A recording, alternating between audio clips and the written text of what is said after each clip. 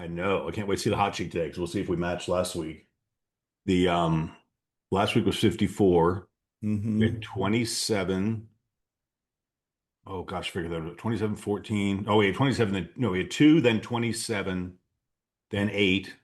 I forgot yesterday's, and then today we'll make up the difference. But if we're doing 50 sales a week, that's pretty good. We are busy. I mean, all our sales meetings start with open houses, and everybody's getting people coming. Every now and then you get, nobody, but we're pretty getting four, five, six people through open houses, which is better in November when we weren't getting anybody. So, Cool. and I know I'm busy because my phone rings all day. Yeah. So, yeah, Yeah, I'm not getting done till 6 or 7 o'clock at night. yeah, And it just makes for a long day because I start early too. All right, yep, Joe, we are culminating. We're not done yet. We're not going to finish today, but right. we've broken the purchase and sale contract down in 30-minute-ish segments to Yes. make it easily digestible, starting with paragraph one, going through the end, and now we're into Hmm. addendums. So Right. today we're going to try to get through one, two, three, four, five, six, seven addendums. Okay. Most of these are pretty short, but the Hmm. nuances are important. And you and I have been doing this long enough. We can explain the nuances and why they're there. Yeah, And I'm going to play exactly. a little game with you, and you know how I'm thinking about these things. So I'm going to make this All right, bigger. let me get a little more tea in me. No. All Go your calls are ahead. spam, Michael. You know how you get more calls? You make more calls. Yep. The more calls I make, the more calls I get that are not spam. Interesting Yeah. concept. Yeah. All right, so we're going to start off by sharing Tea, my right? screens, and we're going to look at, oh my goodness, there's so many things open here. I think you said tea last night was the first Yeah, but I one. want to go through the basics. I started everything else Oh, off this way. okay. So the as-is contract, we talked about all the pages in it, right? We've covered all the Hmm. terms. Now we're into addendums. We're going to cover pre-occupancy, post-occupancy, sale of buyer's property, backup contract, kick-out clause, seller's attorney, and buyer's attorney approval. And I'm going to tell you the reason why they're there and why you should or should not use them. Hmm. So we'll go into dot loop. We're going to go into templates. We're going to for ease of purpose, Florida Realtors interactive forms. Go to the search bar, and we know T is pre-closing. Pre-closing occupancy by buyer. Pre-closing, hmm, I occupancy. I just I had to just type pre and then I had to scroll down when I looked for it because it's in the thing is pre-dash closing, so that might be the way you have to search for it too. Oh God, what did I do here? I hit a button. It did something on my screen. All Okay, right, so I have it open. Do you want me to go to it? no, I'm going to prove to Okay. myself I can do All right. it because I'm Okay. All irritated. right. Um, Stop my sharing. Why is it? Okay, there we go. Now All we're right. going to go back to share screen. No, what's it doing? Okay, you better share, Joe. I'll figure this out on my end. All right. Hold on a sec. I got some turquoise thing at that scrolling button.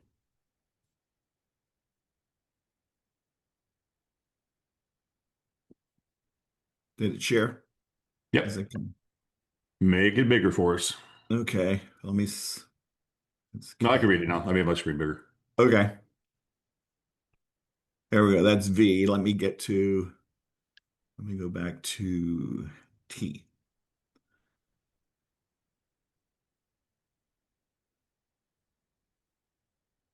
There we go. T, pre-closing occupancy by buyer. Let's talk about it before we define it. We're going to read Go it. ahead. Yes, go ahead. Okay, I'm going to be, this is just a deceptive question. When Hmm. is it a good idea to give the buyer occupancy prior to closing? Sure. Never. Okay, good answer. The answer is never. So let's talk about why. It's so easy, Joe, because the buyers are so nice and the sellers are friendly, and it'd just be so much easier if they could do this.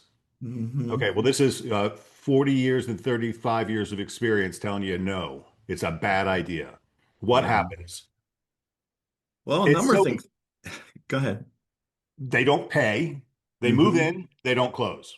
They Hmm. move in, they find out there's ghosts in the attic, and they don't close. Right. They are all excited about their house, they're partying, they fall asleep with a joint in their mouth, and the house catches on fire. Who insures it? Right. Does the owner's policy cover it when there's renters in the house? No. No. If something breaks, right? Hmm. If they move in 5 days before closing and something breaks, whose problem is it? It's the sellers because they are the landlord. Well, no, it's the buyers because they accept the property in the condition once they take Oh, occupancy. well, that's true. Okay, yeah, that's the other thing I wanted to talk about in this Yeah. too. Okay. So once you have occupancy, you've got maintenance responsibilities. Yeah. So you're fixing a house you don't own. It Because just gets ugly. when you do this, you do your walkthrough prior to closing before they move in. Yep. So in other words, our Not contract before says, closing, before moving. yeah, the contract says a day before or a day of. When you have this, you've got to do it at before they move in. Mhm. So, because as you said, if something breaks, it's the responsibility of the buyer, not the seller anymore, because they've taken occupancy. Okay. And when the buyer says, oh, it'd be so much more convenient if we could just move in early or put our furniture in early, the answer is no. Uh-uh. Okay. But to make it simpler for you to say no, let's read the thing. All This right. contract is contingent upon buyer and seller within 10 days if left blank Hmm. agreeing to a mutually agreeable written lease, pre-closing agreement, or similar agreement called a pre-closing agreement, prepared at seller's expense, buyer's expense, or split equally between the parties. Okay, Hmm. so this is your first thing right here. You can't move in early without a lease. All right. Nobody takes occupancy without tenancy. Right. So you have to, I mean, they can, but they've got no protections. Neither party has protections. So we Hmm. have to draft a lease. The lease is going to have to be drawn by an attorney because Hmm. when you read the Florida lease that we're allowed to use, this is not for a term less than 1 year, Right. right? So That's this will be a correct. short-term pre-occupancy. You have to have an attorney write the lease. They're going to charge you $300 to $500. Who's going to Hmm. pay it? Number Right. one. What's it going to Hmm. say? Paramount Title's previous attorney, his name was Jim Holloway. Jim hated these things. And he would write that lease so onerous that nobody would ever sign it. Think It think would about say, go ahead, think about what has to be in the lease. I mean, it's if you don't vacate the property, penalties. per diem charge is X number of dollars per day. Hmm. All right. And there's a lot to this. And it's you just can't use the standard lease because as you get again, you say those leases are for 1 year periods. So it really is this is an onus thing. And our laws here in Florida are so leaning towards the tenant It's that it true. would take you days to get them out of. Even the squatter laws won't work in this It'll take you weeks and thousands of dollars in because attorney's fees if they because you know what have a to do. lease. Okay. So it's just a legal nightmare. It is. It's just a can of worms you open it up that you don't need to open up. So the game we played with Jim Holloway as the attorney, and we can get Hmm. Danny to do it too, Yeah. is hey, here's the lease. I want $10,000 security deposit. Right. I want the entire 5 days worth of rent up front. Right. And if you don't move out, I'm going to keep your $15,000 and I'm going to charge you per diem while you're there. Plus all attorney fees if I have to And all turn, vacate. it's got to be ugly. It's just going to be hard. Yeah. So that's for a buyer moving in before closing. Hmm. All right. Go to the next one. Type in. Hold on a second. Because the last bit there, if parties fail to mutually agree to a pre-closing agreement within the time period stated above, the buyer has not taken occupancy of the property, then either party by written notice to the other may terminate this contract, and buyer shall be refunded deposit, thereby Mhm. releasing the buyer and seller from all future further obligations on this contract. So you're giving the buyer an out, okay, in this Yeah. by adding this. All right. So it then becomes another thing you've got to add to your calendar to remember to your critical dates. And let's just emphasize, I might as well finish the paragraph. The pre-closing agreement shall provide that upon buyer taking possession, accepts the property in its existing condition, relieving the seller of any repair, replacement, treatment, or remedy obligations, except with respect to any items identified by buyer pursuant to paragraph 12 prior to Mhm. taking occupancy, which will require um, which will require repair, replacement, remedy, or remedy. Buyer shall then have the sole obligation of maintaining the property and shall assume all risk of loss. Did you Hmm. have an insurance policy if you're assuming all risk of loss? Yeah, Yes. Hmm. and covering you. And you got to name the seller as additional insured because they still got a mortgage on the property. And the Yes. seller's insurance isn't going to cover the buyer because it's an HO3 policy, not a Yeah, rental policy. right. And Um, your seller has to contact their insurance company telling them they have a tenant, which may change that policy. yeah, That's why it really becomes a nightmare to do this. So, it's onerous at best to play yeah. that Yeah. All right, let's go back. Sorry, Craig, I'm so used to you doing this that game. Good. give me a second here. There we Just, go. just go back. Yep, go back. Yep, I'm working on the little computer, so it's a little more. There we go. TU. There we go. Can you see that, Craig? Yep. Okay. If you make it a little bigger, I'll make mine bigger. I'm sorry. I keep reducing mine. Okay. Post closing occupancy by seller. Oh, okay. Look, the buyer's not moving in for a month. Can we just stay because our new house isn't ready yet? It'd be so much easier if we just say 5 days after closing. Uh-huh. When is it a good idea to do that, Joe? Never, sir. Okay. But they're so nice. They really it'd just be so much more convenient if they could do it. Oh, they're elderly and they need more time. Hmm. And the buyer's paying cash and he's an investor anyway. It doesn't really matter to him. All right. So we have to give the advice of, the reason attorneys are so hated, sorry, Kathleen, is because they give you worst case scenarios, Yes. right? And they throw all the possible things that could happen and they could. Somebody could set the house on fire and there's no insurance to cover it. And now somebody's going to get sued and we're going to be in the mix no matter what. I have my lithium battery lawnmower and I bring it into the garage and it catches fire. Yeah, there you go. Who knows? Anything could happen. But if you want it to happen, this is exact same agreement. It's just the opposite, right? Hmm. Seller stays post closing. So the contract's contingent on the buyer and seller reaching a mutually acceptable lease. And the lease will be paid for by the buyer, the seller, or split evenly by both. But we're going to have to pay for a lease. So that's the first reason. And it's got to be done within 10 days, Right. unless you change that date, right? For the Hmm. seller to remain in possession of the property until a date. Well, what if the seller doesn't move out? The buyer Hmm. closed on it. The buyer's got a mortgage. They're making the mortgage payment. The seller's supposed to be paying rent, but they stop paying rent and they don't move out. Now you got a victim, right? Yep. You got to go through that whole process. And Right. again, you got the paragraph at the very end saying both parties can get out of this if they don't agree on the Yep. thing.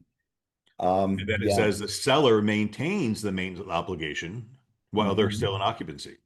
Hmm. Seller's So, maintenance so obligation Craig, on paragraph 11, when is my walkthrough going to be for this? When they vacate the property? where they move out. Yeah. Yeah. So really, they're there for convenience, but there's nothing convenient about these. So we're going to try to talk you out of that. Basically, say no at any time we can because it's just a pain in the you know what. Yep. Yep. TUV. So how did you get to this section? Because that's a lot easier. I was going back and forth to every one of them. Well, I just created a loop and then saved them in the loop, Craig, to make Oh, it okay. easier. Yeah. That's good. I only did up to V though, so then we'll have to go hunt for the other ones. Okay, good. I want to teach them how to hunt anyway. All Okay. right, this one's interesting. And it is being used now because some sellers are accepting home sale contingencies because the market slowed down a little bit, Mm-hmm. right? Mm-hmm. So sale of buyer's property means, okay, here's how we're going to do it. We're salespeople, right? Right. We got our buyers, we're showing around, they're super interested, and they go, oh my gosh, I love this house. I'm afraid it's going to go. Can we put an offer in subject to the sale of our house? Mm-hmm. Yes, you can. Let me negotiate that for you, right? All we want to do is get an offer, Right. right? We don't know if the seller's going to take it or not, but it's worth the chance to take a You don't look. know the motivation of the seller at this point. Seller might have multiple places to go, and who knows, right? Hmm. And they might just want to, maybe they like the buyers and they want to move. Who knows? You take every shot you can get. Right. And it So, also depends on the time of year too. mhm. Yeah. And we're going to show you on both sides. Buyer's agent side, take the shot. You never know. Seller's Hmm. agent side, how do you protect your seller? There's an addendum 2 blocks down. We're going to talk about how to deal with that, called the kickout Right. clause. All right. So you don't, as a buyer's agent, you Hmm. want this signed with no additional addenda. As Right. a seller's agent, I'm going to say, if you're willing to do it, but add a kickout clause as well. We'll get to that in a minute. Correct. So Yep. you start with sale of buyer's property. Go ahead. The contract is contingent upon the sale and closing of the buyer's property located at this address. Upon entering into the contract for sale of the buyer's property, buyer shall give seller a copy of such contract with the third party's identifications and purchase price information obliterated. If the sale of the buyer's property does not close by this particular date, buyer may within 3 days thereafter deliver written notice to the seller terminating this contract, in which the event the deposit shall be refunded to the buyer, thereby releasing buyer and seller from all further obligations under this contract. If buyer fails to timely deliver such written notice to seller, this contingency shall have no further force of or Or effect. effect. Yeah, So what that means is you just created a new critical date, yeah. right?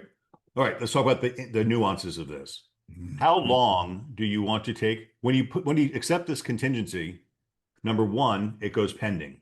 Yes. So you're probably not going to get many showings. So Mm-mm. it's still available for sale, but you're not going to get any showings because it's going to be Yeah, marked pending and you can we put in can't the leave it active. MLS taking backup offers, but You got to be searching for pendings to find it. yeah, exactly. And when we Okay. used to have active with contract, this They don't have was that anymore. no, this was okay to do because it was still active, right? Yeah, but you had to search active and active with Active contract. with contract, right? Yeah, it's So not a great situation to be in. So how no, long, the this is question was, how long do you want to take it off the market for? yes, and that's the real date.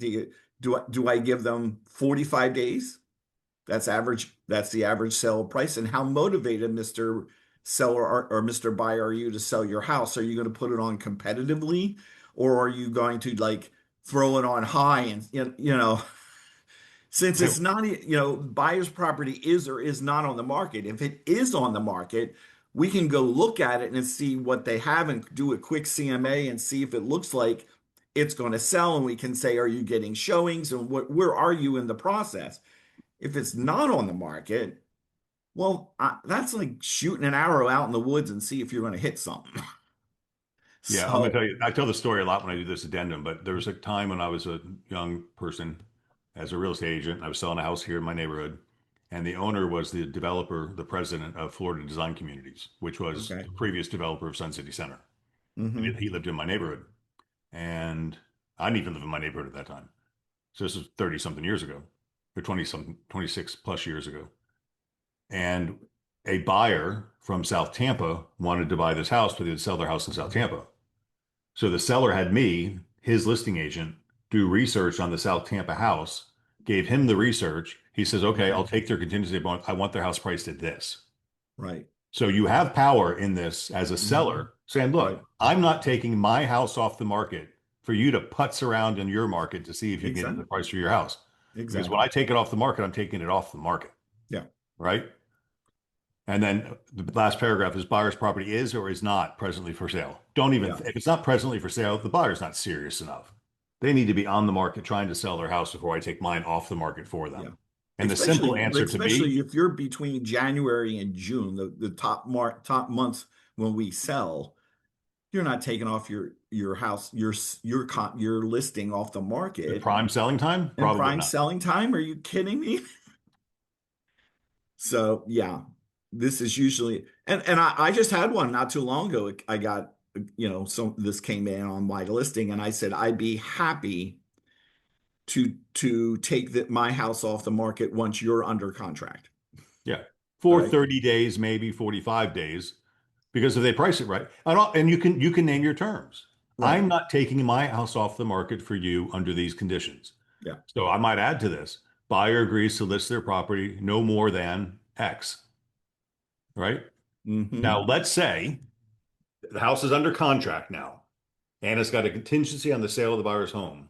Mm-hmm. And another buyer comes along through the grace of God and says, Mm-hmm. I love this house. I'll pay $5,000 over their offer. Mm-hmm. Can you cancel this contract and go take the new one? Mm-mm. No. Nope.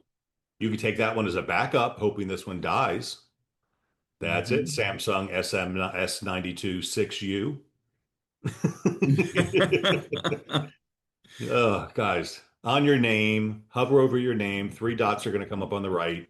Click on the three dots. It's going to drop down a menu and it says rename. And you don't have to be Samsung SMU. I have a dock. I don't know what that means. Okay. So you got that one? Keep talking. I'm going to look up the next one. Okay. What's the next one? UVW. What's the name of it? W backup. Backup? Okay. Backup. Okay. So yeah, my point is you're just understand the seller's taking their home off the market and it cannot be, they cannot accept another offer. We're going to do this one and then we're going to do the next one, which is going to be the kickout clause. Okay, so we got backup W, contract W, backup W. contract. There it is. Okay.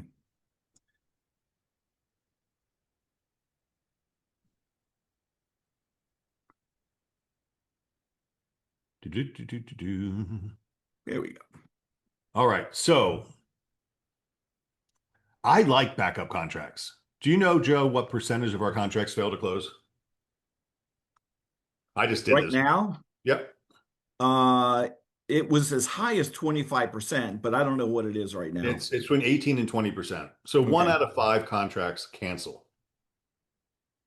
That's a lot, That is a lot. right? So if you had a backup is, Joe, you're buying my house. You're a Hmm. little shaky. Another buyer Hmm. comes along and wants to buy my house. I say, I would like the security of knowing that if Joe flakes out, you're in line. I Hmm. can't promise you you'll get it, but I promise you get first chance to get it if Joe doesn't perform. Yeah, because I don't have to put it on the open market and you possibly having to compete for it. Mhm. It'll go right. Your contract will slide right into first place.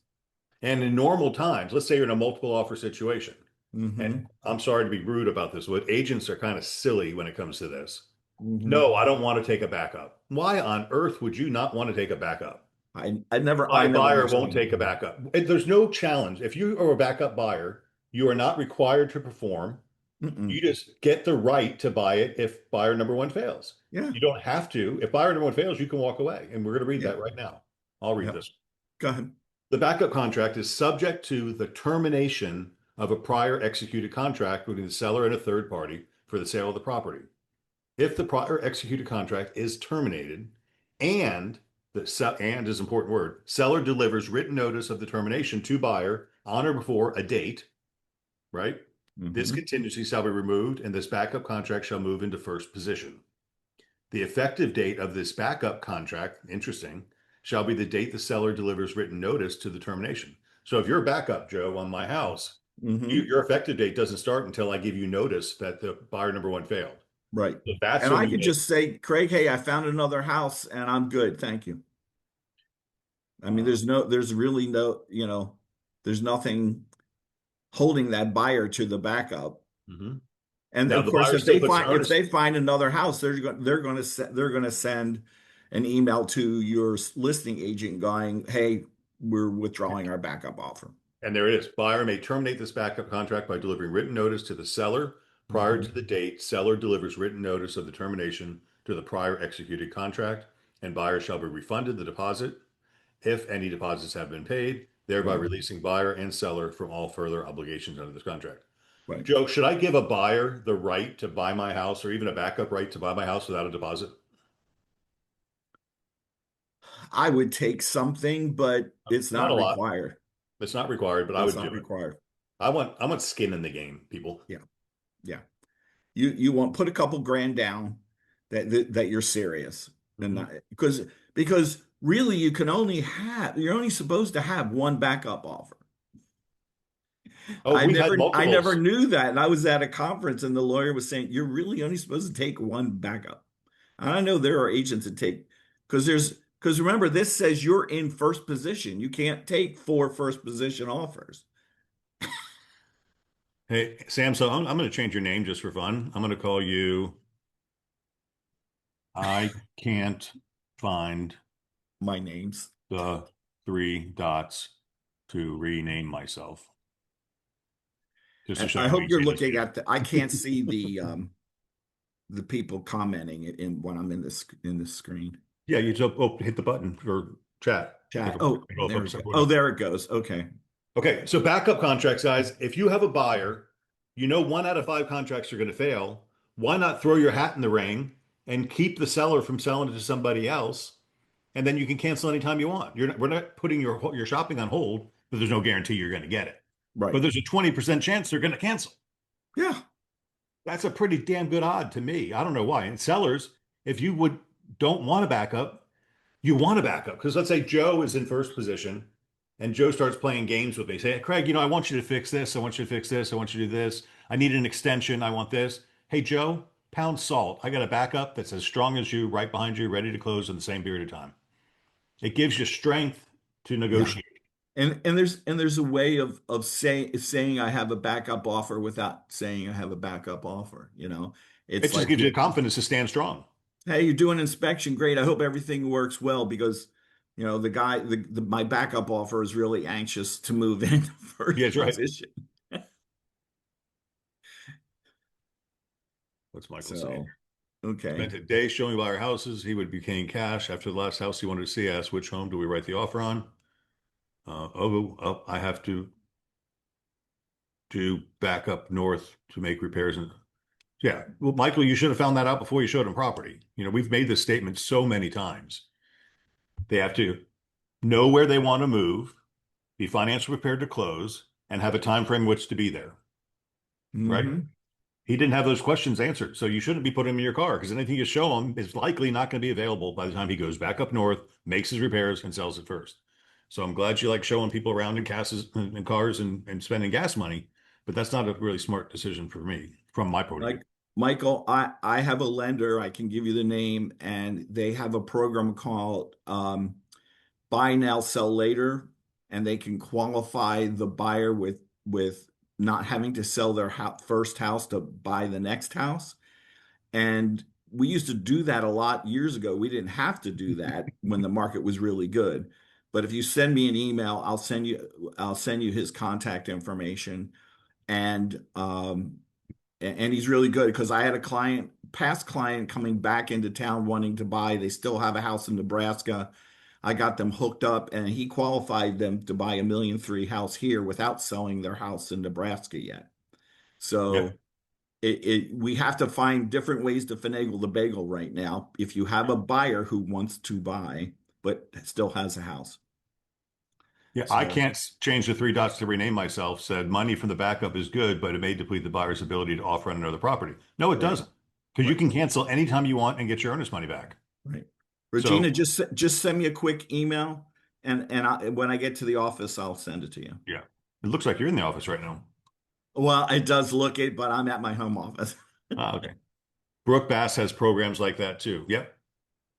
Yeah, they can get qualified subject to the sale of their home. Hmm.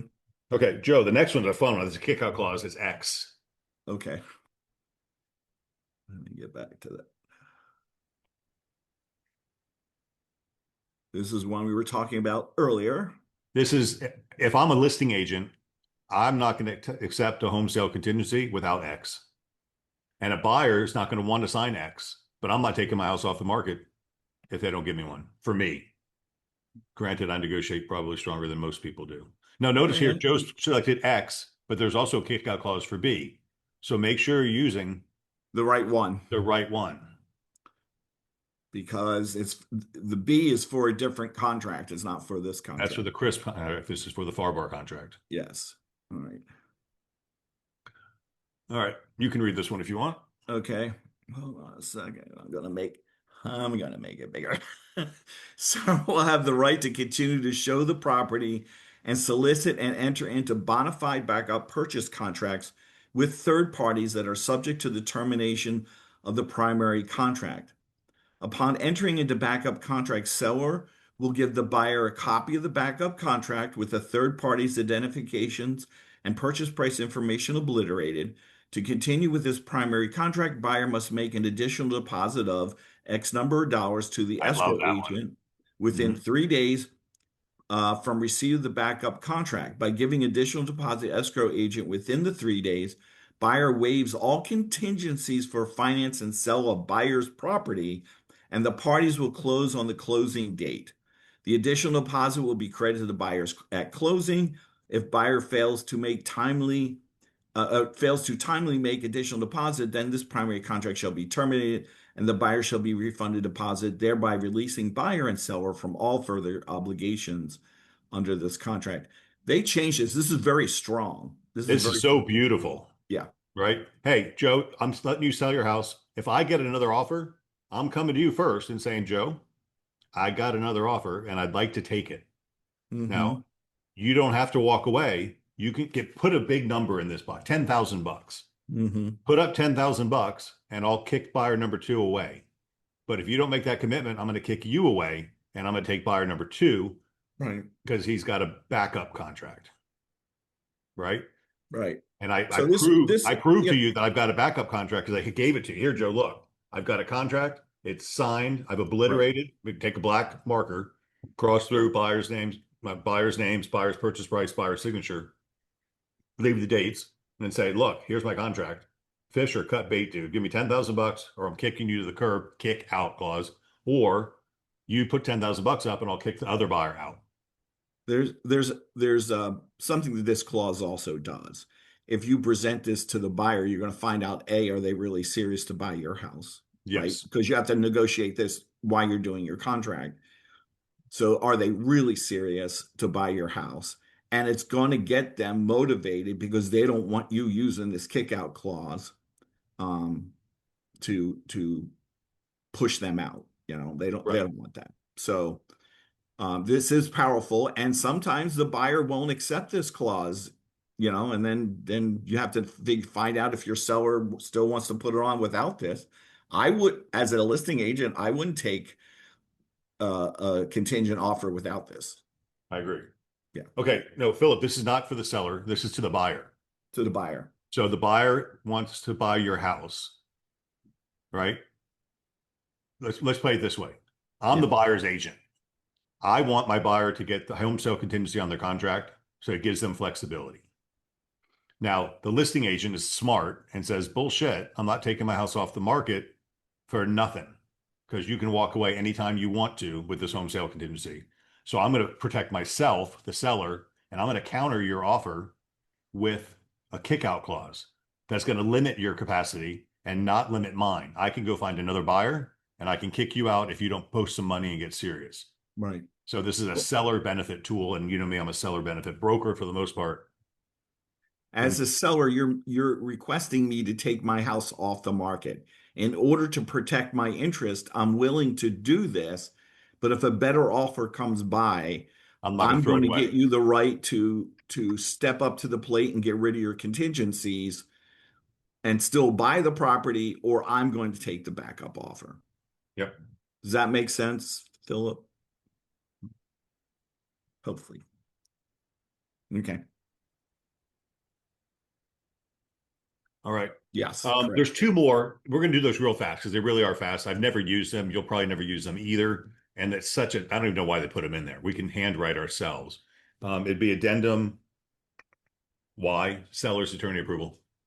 We're over time a little bit, but I'm just going to finish these two because they're really simple. Okay. Oops, Uh, hold on. so it's Y, seller's attorney approval. Yeah, sometimes it doesn't come up on why I actually have to. Here it is. Sometimes it doesn't want to come up with just putting the Okay. Y in. I don't know why. But this will make next week be the last of the contract contingencies, and we'll get into new contract terms. I've got a whole bunch of stuff saved up too, by the way. All right, Okay, I'm good. just gonna do this real fast. This contract, okay, so sales position. I've got Mr. and Mrs. Buyer. They're nervous, they're scared. They're not sure what a CDD is. They don't want to lose it. They know somebody else is Mhm. hunting the same property. So you can say, listen, let's do this. Let's write an offer and we'll use this addendum. We'll say, subject to buyers, this is seller's attorney approval. Right. Z is buyer's attorney approval. Same exact Same thing. thing, but just different. Yeah. Hey, buyer, let me get you to sign this contract subject to your attorney's approval. So we'll give you 3 days. Let's take it off the market. Let's tie it up for 3 days. Then you go talk to your attorney while you digest and feel comfortable. And if you don't feel comfortable, we'll say your attorney said no, and you can walk away for free. Hmm. Right. Conversely, seller's attorney approval. Buyer comes in with some wacky deal that sounds really good to the seller, but it might be on the gray side of the line. Yeah.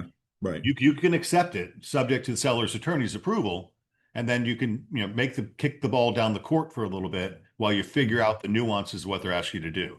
So Right. that's not a bad idea when you get one of these wanky contracts from an investor. Yeah. So you can say, okay, look, And I'll we're take not your offer. those investor things. We're not attorneys. We can't interpret them for the No, and they're asking client. for wraparound mortgages and all kinds of crazy shit that could be considered illegal in some states and are here. Yeah. So you've got a seller's attorney approval contingency and a buyer's attorney. It's a really weak one. When I would write offers for myself buying things years ago, I would always Hmm. put subject to my buyer's attorney's approval Okay. because that's just a get out of jail free card. Hmm. And your attorney doesn't have to say anything. So the attorney says, no, you're out of your mind. You're not doing that. Okay, I'm canceling. All right. My attorney So said no. Yeah. now, as the seller's agent, if you get one of these contingencies, limit the time because you're Right. creating a new critical date. Then Right. you don't want to take this house off the market for a long period of time. For a Correct? week. Yeah. Yeah. Okay. So All that's right. what we got for, we're almost finished up. But we're going to get into, I don't have those showing right now, but I could in a brief second. Let me get to the other page here. Vicky, you're very welcome. We're here to answer any questions if when you have them. Yeah, my Google's updating, so forget it. Okay. All righty, guys, that's what we got for Friday, April 10th. We are going to finish contingencies next week. We're going to get FF and GG and a couple other ones, and we'll just make that the rest of the class. And we'll have an entire contract class series broken into 30-minute-ish sections, and we'll go from there. All righty. Thank you for your participation. I enjoy it. You guys all have a great weekend. Everybody have a great weekend. Sell a house. Happy Friday. Every Friday.